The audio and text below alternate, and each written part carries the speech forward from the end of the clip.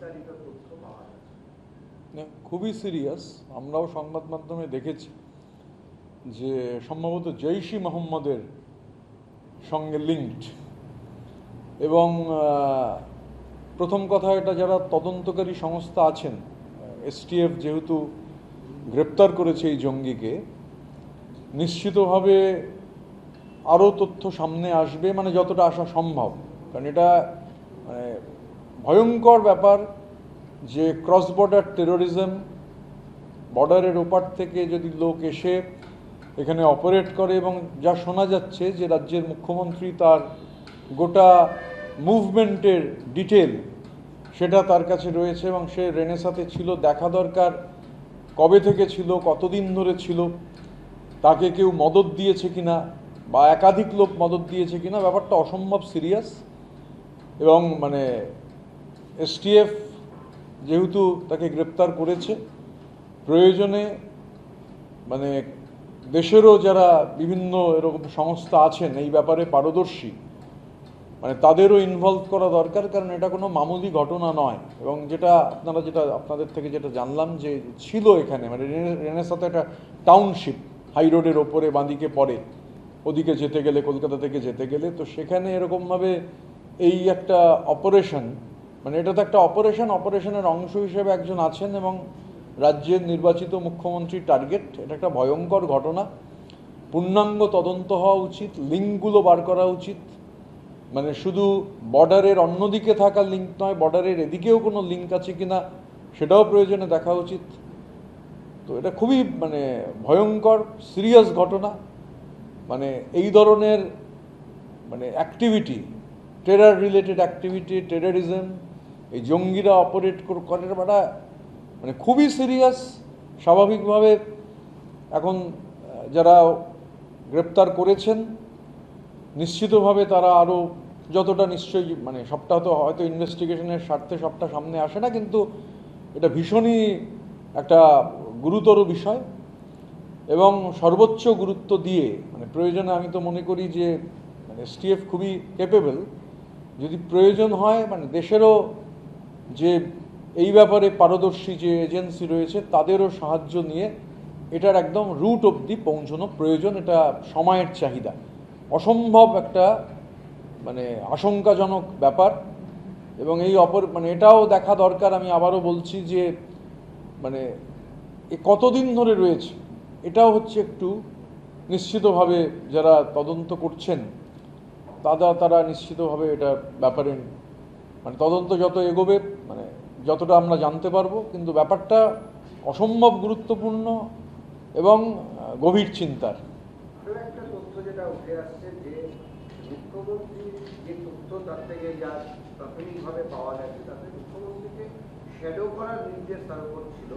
বিভিন্ন প্রোগ্রামে যাওয়া, সেখানে শ্যাডো করা, মুখ্যমন্ত্রী কী করছেন বিস্তারিত খোঁজখবর রাখা, এই বিষয়টা তার উপর দায়িত্ব ছিল বলে এসটিএফ প্রাথমিকভাবে তাদের সন্দেহ। এবং তার সমর্থনে কিছু কাগজপত্র, নথিপত্র, মোবাইল, ল্যাপটপ সেগুলো পেয়েছে। ডেফিনেটলি মানে ডকুমেন্টস আছে বলেই তারা প্রাথমিকভাবে বলেছেন। এবং আমি তো সেটাই বলছি যে এটা একটা মানে খুবই সিরিয়াস ব্যাপার।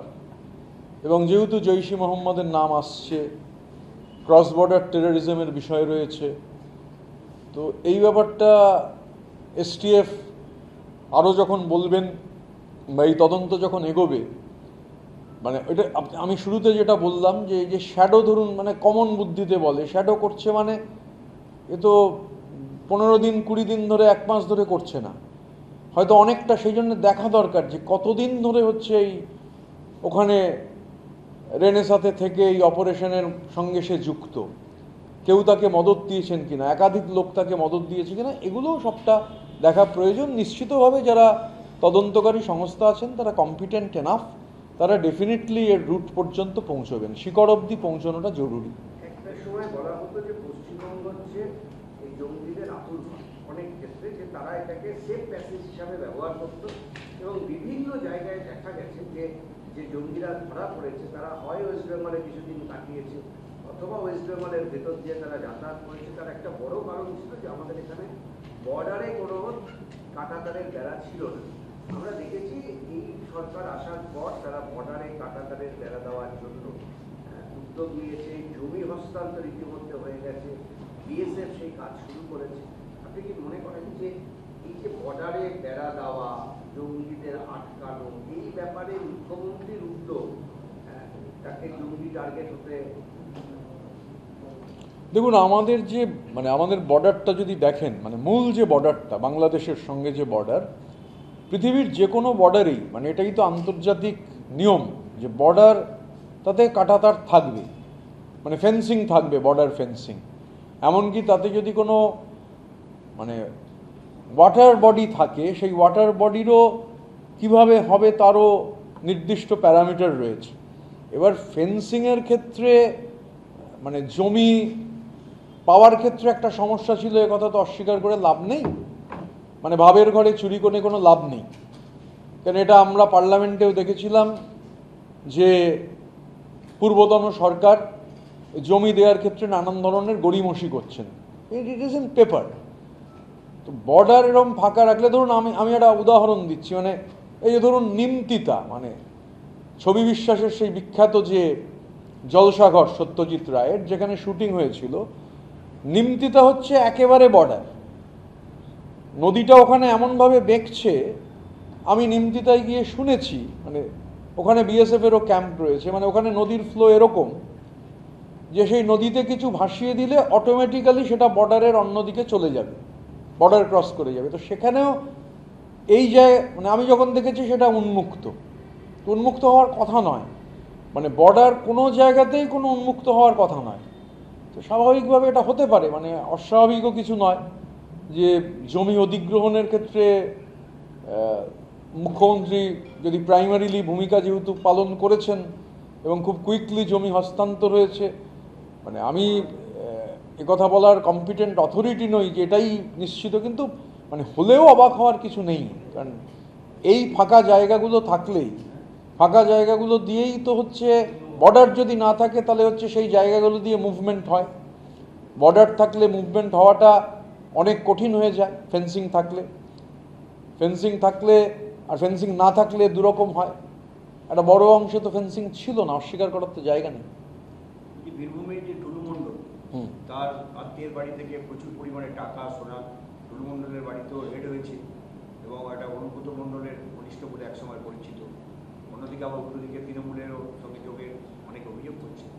সব মিলিয়ে এই মৃণাল মণ্ডলের বাড়ি থেকে এখনো পর্যন্ত মুখ্যমন্ত্রী জানিয়েছেন 50 কোটি টাকা, সব মিলিয়ে গয়না এবং এটা মিলিয়ে 50 কোটি টাকা, এবং একই সঙ্গে এই টুলু মণ্ডলের ক্ষেত্রে দেখা যাচ্ছে 93 কোটি টাকা রয়েছে বিভিন্ন অ্যাকাউন্টে, যেগুলো না, এগুলো আমরা তো একটা কথা তো শুরু থেকেই বারবার বলছি, যেই রকম টুলু মণ্ডল এখানে একটা নাম, কোথাও নাম টুলু মণ্ডল, কোথাও নাম সব্যসাচী দত্ত, কোথাও নাম দেবরাজ চক্রবর্তী, কোথাও নাম জাহাঙ্গীর, নাম আলাদা হতে পারে। এগুলো আমার তো ধারণা খুঁজলে একটা পয়েন্টে গিয়ে পৌঁছে যাবে।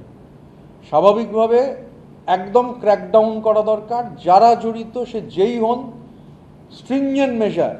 পুলিশ আধিকারিক জড়িত হলে সঙ্গে তাদের বিরুদ্ধে স্ট্রিনজেন্ট মেজার, সো কল্ড এক শ্রেণীর সাংবাদিক জড়িত হলে তাদের বিরুদ্ধে স্ট্রিনজেন্ট মেজার। আমি আগেও বলেছি যেগুলো তদন্তের আওতায় আসা দরকার, যে হঠাৎ করে সংবাদ মাধ্যমের চাকরি ছেড়ে দিয়ে পোর্টাল, তারপরে পোর্টাল থেকে একেবারে সরকারি দপ্তর আলো করে বসে আছেন, বিভিন্ন লোককে হুমকি দিচ্ছেন।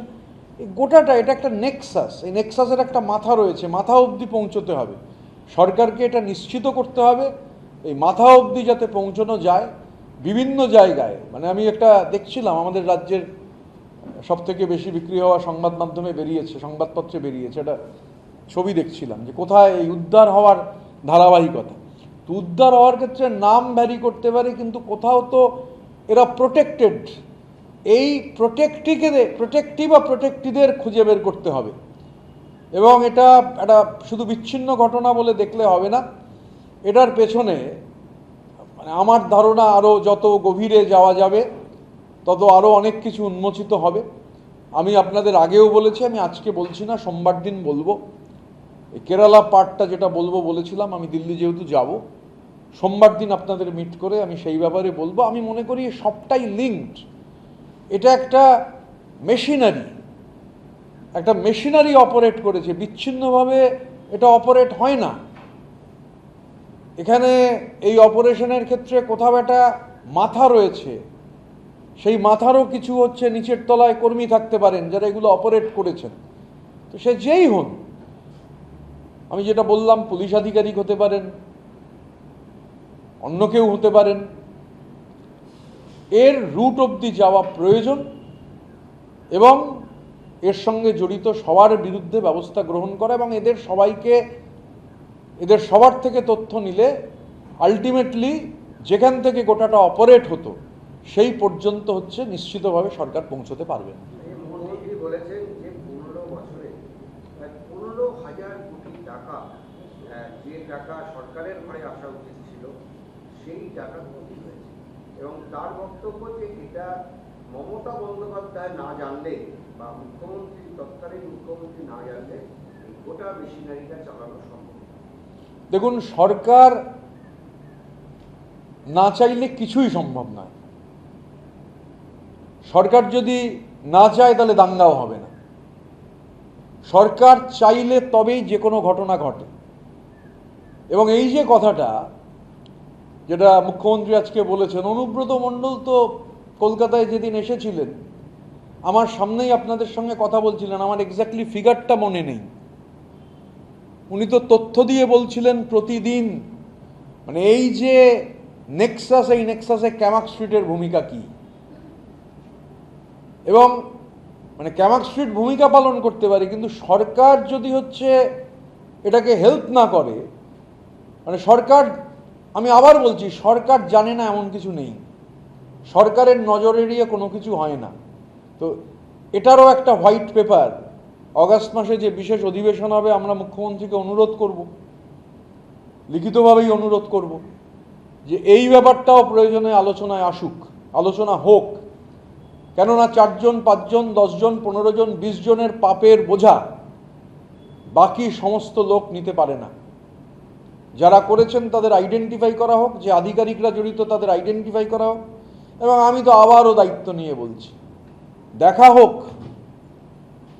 সংবাদ মাধ্যম থেকে ইস্তফা দিয়ে কোন তথাকথিত সাংবাদিক বীরভূমে কতবার গেছেন, ফোনটা, গাড়ির কল রেকর্ড বার করুন, সরকারি গাড়ি চড়েছেন, গাড়ির নাম্বার আমি দিয়ে দেবো প্রয়োজনে সরকারকে, আমার কাছে গাড়ির নাম্বার আছে, কোথায় বসতেন সেখান থেকে গাড়ি, ওই গাড়ির কল লগ বার করলেই বেরিয়ে যাবে যে সেই সোকল্ড এরম সাংবাদিক 1-2 জন নন, মানে যারা সর্বভারতীয় সংবাদ মাধ্যম ছেড়ে হঠাৎ করে ডিজিটাল প্ল্যাটফর্ম খুলে ফেলছেন, এগুলোও একটু প্রবের মধ্যে আনা দরকার, যে এরা কবার বিভিন্ন এইসব জায়গায়, এরাও বীরভূমে কবার গেছেন, এটাও তদন্তের আওতায় আনা খুব জরুরি। আমি দায়িত্ব নিয়ে বলছি।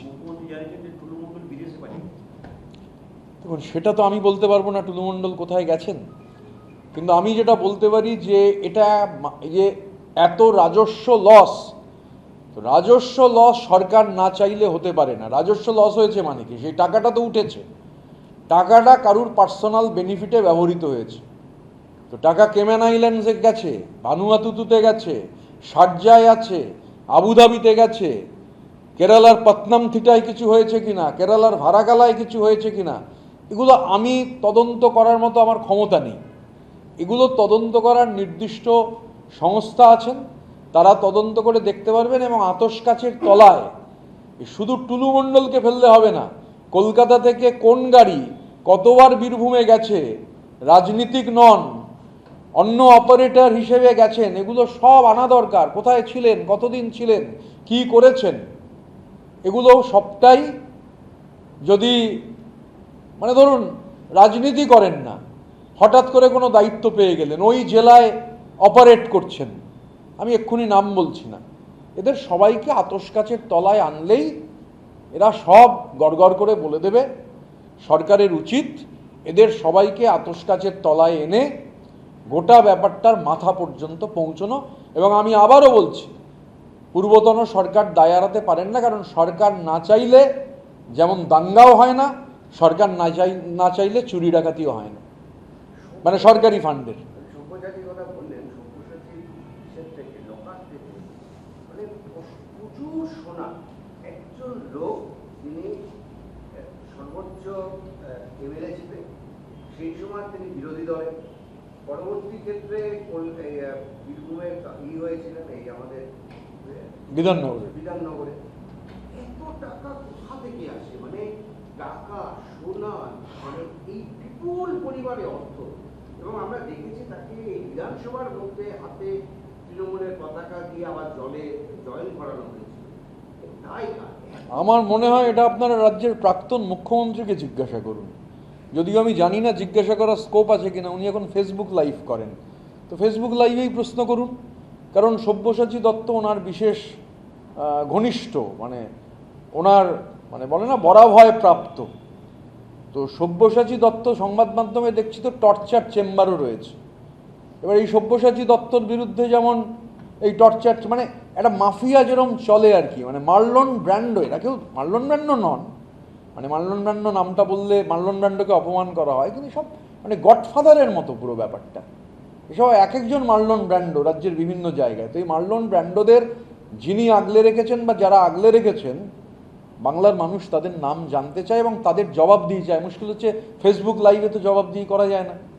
এখন সাংবাদিক সম্মেলন না করলে মানে তো কিন্তু লেখা যায়, আমরাও এটা জানতে চাই। মানে এরকম সব্যসাচী দত্তর যে টর্চার চেম্বার, রাজ্যে এরকম পুলিশ আধিকারিক আছেন, WBPS অফিসার, যাকে দেখলে IPS অফিসাররা উঠে দাঁড়িয়ে স্যালুট করতেন, কি যুবরাজের নাকি বরাভয় প্রাপ্ত।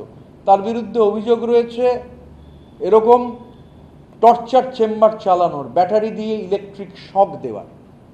তো আমরা গোটাটাই চাই সরকার মানে কেউ যেন স্পেয়ার্ড না হয়, কাউকে যেন স্পেয়ার না করা হয়। মানে আমি গতকাল রাত্রেও, আমি নাম বলবো না, এক সাংবাদিক ছোট ভাই আমার কান্নাকাটি করছিল, মাইনে পাচ্ছে না। এবার আমি জিজ্ঞাসা করছিলাম, জানতে গিয়ে জানলাম কোনো মাইনেই ডিজিটালি পায় না, এবং বলছে যে কাগজে চাকরি করি সেইটা সিভিতে লিখলে আর পৃথিবীর কোথাও কেউ চাকরি দেবে না, লিখতে পারছি না। বললাম চাকরির চেষ্টা কেন? বললাম আমি তো গত 4 বছর ধরে এই কাগজে চাকরি করেছি, যে কাগজে চাকরি করেছি সেই কাগজের নাম লিখলে কোথাও চাকরি পাওয়া যাবে না। দেখ, আমি আজকে তার মধ্যে ঢুকবো না, আমি সোমবারে নিয়ে একটু ডিটেল আকারে আমার আরও কিছু বলার আছে এই বিষয়ে। মানে 99% সাংবাদিক হচ্ছে, আপনারা জানেন, আমি এর মধ্যেও শুনছিলাম চাকরি চলে গেছে একাধিক সাংবাদিকের হঠাৎ করে। প্রায় 30 জনের মতো সাংবাদিক যারা জানতে পারছেন হঠাৎ করে তাদের চাকরি নেই।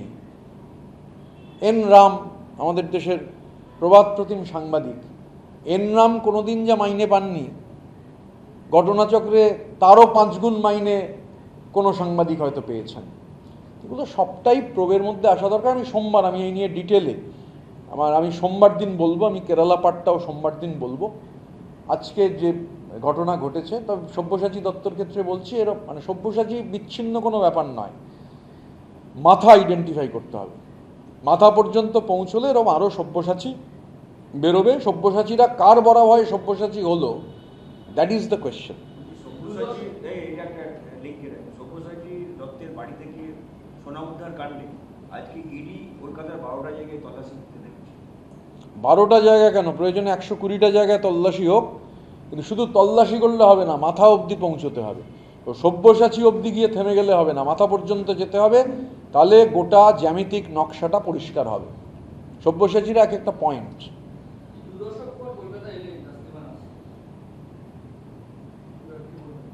এসেছেন উনি কলকাতায়, তসলিমা নাসরিন এসেছেন, তো এটা নিয়ে আলাদা করে তো কিছু বলার নেই। আপনিও দেখেছেন, আমিও দেখেছি, তসলিমা নাসরিন এসেছেন। বলছি সেবাশ্রয় শিবিরের ওষুধ কেলেঙ্কারি এবার মানে রাজ্য ড্রাগ কন্ট্রোল তারা তদন্তে নেমেছে, এবং দেখা যাচ্ছে যে মানে যে ওষুধগুলোর গুণগত মান নেই বা যেগুলো এক্সপায়ার হয়ে গেছে, সেই ওষুধ দিনের পর দিন সেগুলো রোগীদের দেওয়া হয়েছে, এবং যে ওষুধের নমুনা ওখান থেকে পাওয়া গেছে সে ভয়ঙ্কর। মানে যে ওষুধ, দেখুন, আগেও আমি বলেছি যে সেবাশ্রয় একটা ভয়ঙ্কর বড় রকমের দুর্নীতি, এবং এই দুর্নীতির সঙ্গে আমি ব্যক্তিগতভাবে মনে করি, ওখানকার মানুষের সঙ্গেও কথা বলে মনে হয়েছে যেটার সঙ্গে একটা মানি লন্ডারিংয়ের বিষয় রয়েছে। কম্পিটেন্ট অথরিটিকে তদন্ত করতে হবে।